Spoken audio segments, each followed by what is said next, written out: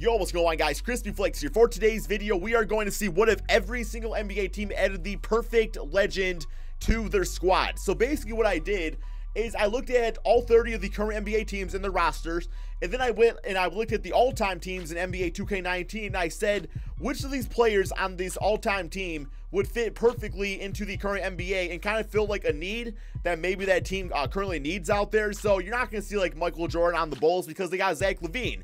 Although at the same time, though, you might see like a small forward that they could possibly use because the small forward position for the Bulls is weak. Or maybe, you know, you're not going to see T-Mac or Shaq on the Orlando Magic because they got, you know, Evan Fournier, and they also got like Vucevic, but they need a point guard. So you'll probably see like a Penny Hardaway. So yeah, guys, not in every single case, it's not going to be like the best legend on that team, just somebody that fits the current squad right now. So let's go ahead and go through all 30 of these NBA teams, and these are kind of the ones that I came up with. As far as the 76ers go, there actually was not like a lot of like really good power forwards in their team history. So what I did is I put Moses Malone on the team, put him as a power forward. Got a nice mid-range game. You know, he would definitely be more like the traditional like post up type of power forward out there. But I mean, Joel Embiid has, you know, spacing ability, so he would be able to do that. And while Moses would kind of operate more on the inside. For the Milwaukee Bucks, I thought Michael Redd would be the perfect fit because, you know, of course it's Giannis's team out there.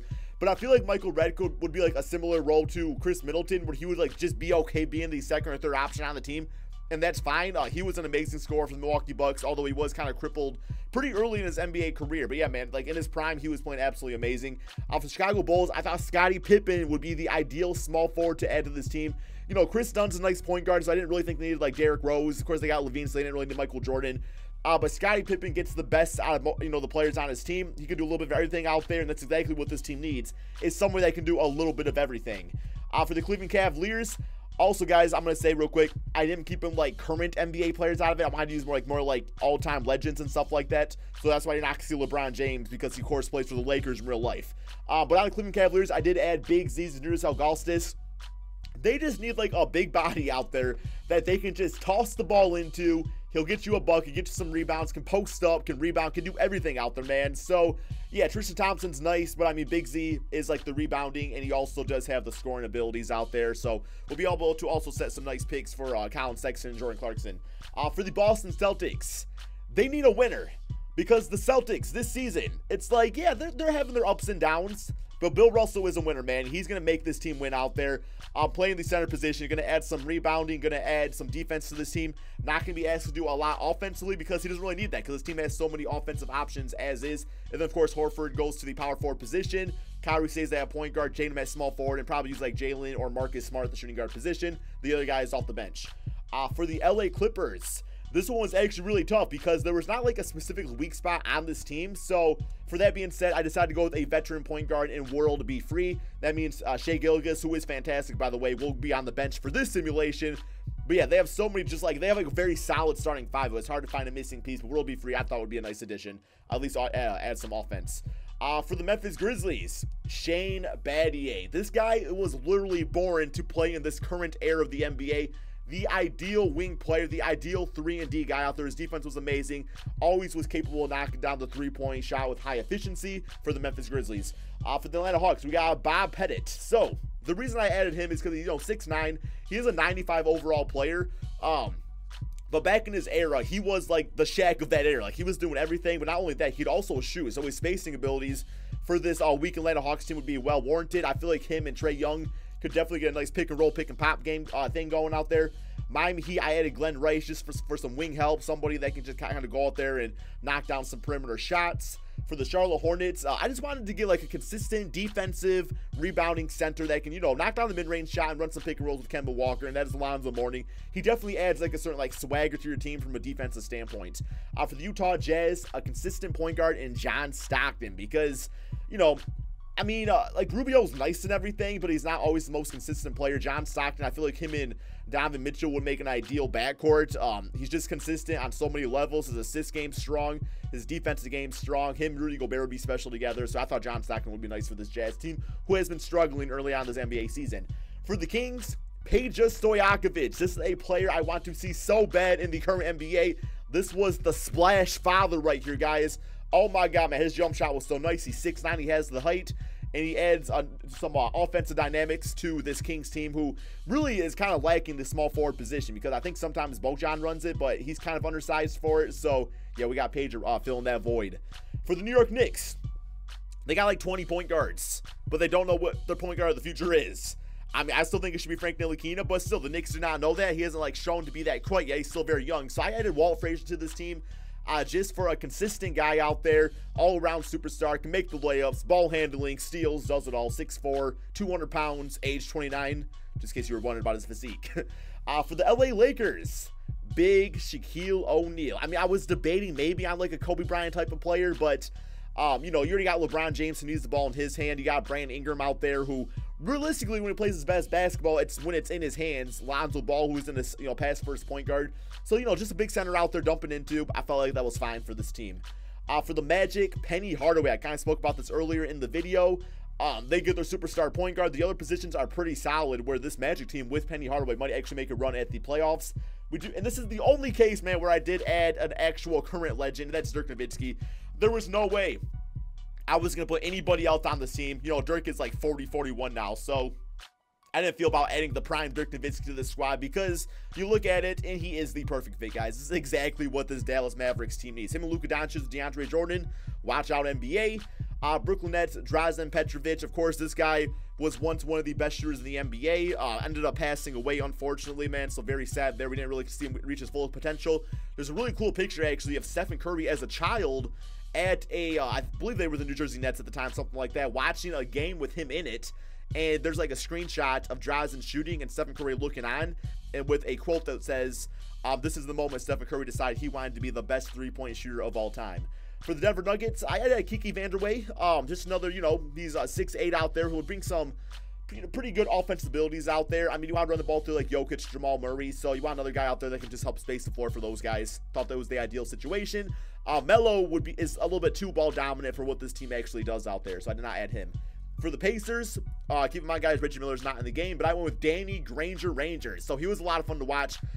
For a few seasons, he was a solid 20, I believe maybe even up to a 25-point per game scorer for the Indiana Pacers. He was actually supposed to be like the star of that team, and then Paul George came around, and Danny Granger got injured, and he just never really was the same player ever again. For the Pelicans, we have Jamal Mashburn. Of course, the wing play for the Pelicans is very, very weak, so he fills that void right there for them very nicely. For the Detroit Pistons, they just need like solid guard play. I was really torn between a shooting guard or a small forward, but I decided to go with Joe Dumars out there. You know, bring the bad boy defense back to this team and just have everybody's mind right in the locker room. I thought Joe Dumars was a good addition. For the Raptors, I went with Mo Pete. This guy is a shooting guard who is 6'9". He's got an 89 three-point shot. Could you just imagine adding that height to this team out there that they already have? It would be unstoppable. For the Houston Rockets, there was not really any good like power forwards or small forwards to add in this case. But based off like the ball movement, the 7-second offense for this team, I decided that T-Mac at the small forward position would be a pretty good addition out here, so we got him. For the Spurs, we have David Robinson. Their inside game's a little weak. Like LaMarcus is definitely more offensive oriented than he is defense out there, so I thought that would kind of clean things up a bit. Plus, for the simulation, you got DeJounte Murray to be the starting point guard, so I thought the center position was probably the weakest of it all. For the Phoenix Suns, you have a team filled with young players with great potential. What better player to get that potential out than Steve Nash? This guy always made you 10 times better than what you were, so hopefully he does that for this team.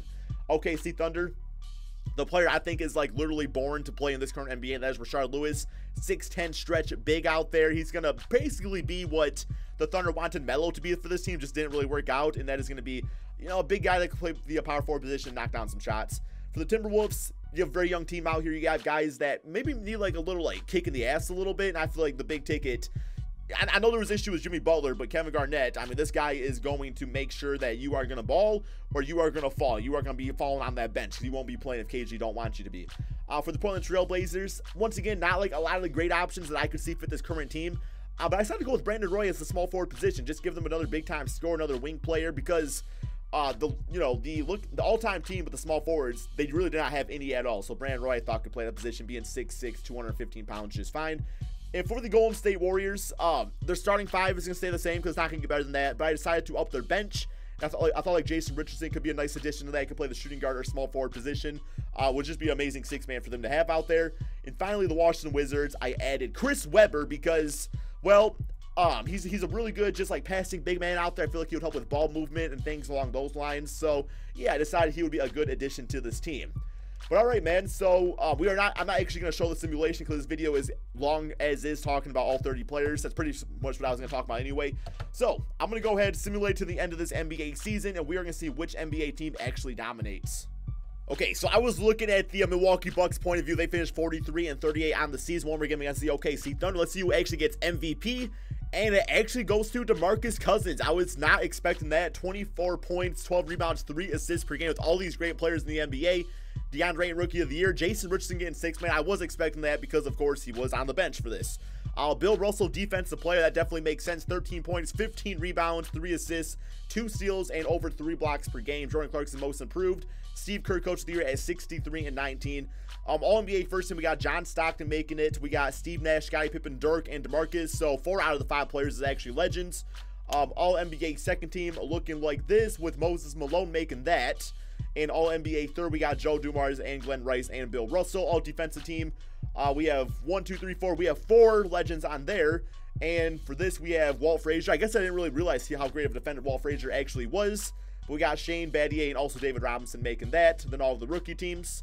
All right, man, so we got Golden State. We got the Lakers. You're telling me that LeBron and Shaq is only good for 8th in the Western Conference? Are you serious?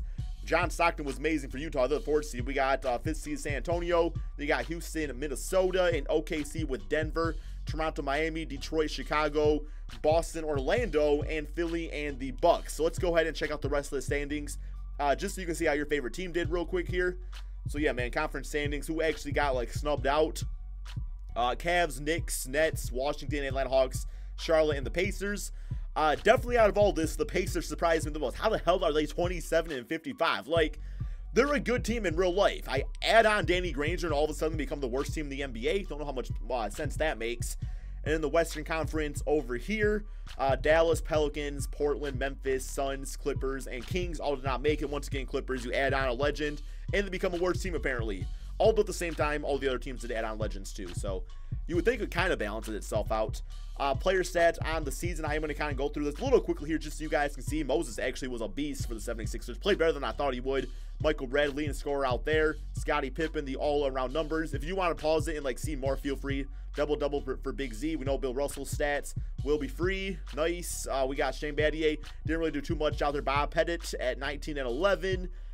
We got Glenn Rice at 21 points. Lonzo Mourning, 22, 11, and 2 blocks. So he was a nice addition. John Stockton got the 13 rebounds and 2.5 steals per game, plus 22 points. Pedro leading scorer, kind of expected that. Walt Frazier, good point guard numbers. Shaq at 20 and 11. Okay, with 3 blocks. I saw Penny Hardaway leading scorer on that team, doing a little bit of everything. Dirk Nowitzki at 15 and 12. Petrovic at 19. I also got see his 3-point percentage. 46%. Yeah, he definitely knocked him down like that. Kiki at 22 points. Danny Granger only at 10 or 11. So he actually kind of underperformed there. Jamal at 17, 5 and 5. Joe Dumars at 26 points and 8 assists. Damn, dude. I don't know the man handle like that. We got Mo P at 11 and with 4 assists himself. Tracy McGrady at 13 and 8 assists. David Robinson, nearly a double-double, few assists out there too and a few blocks. Steve Nash at 19 and 14 assists per game.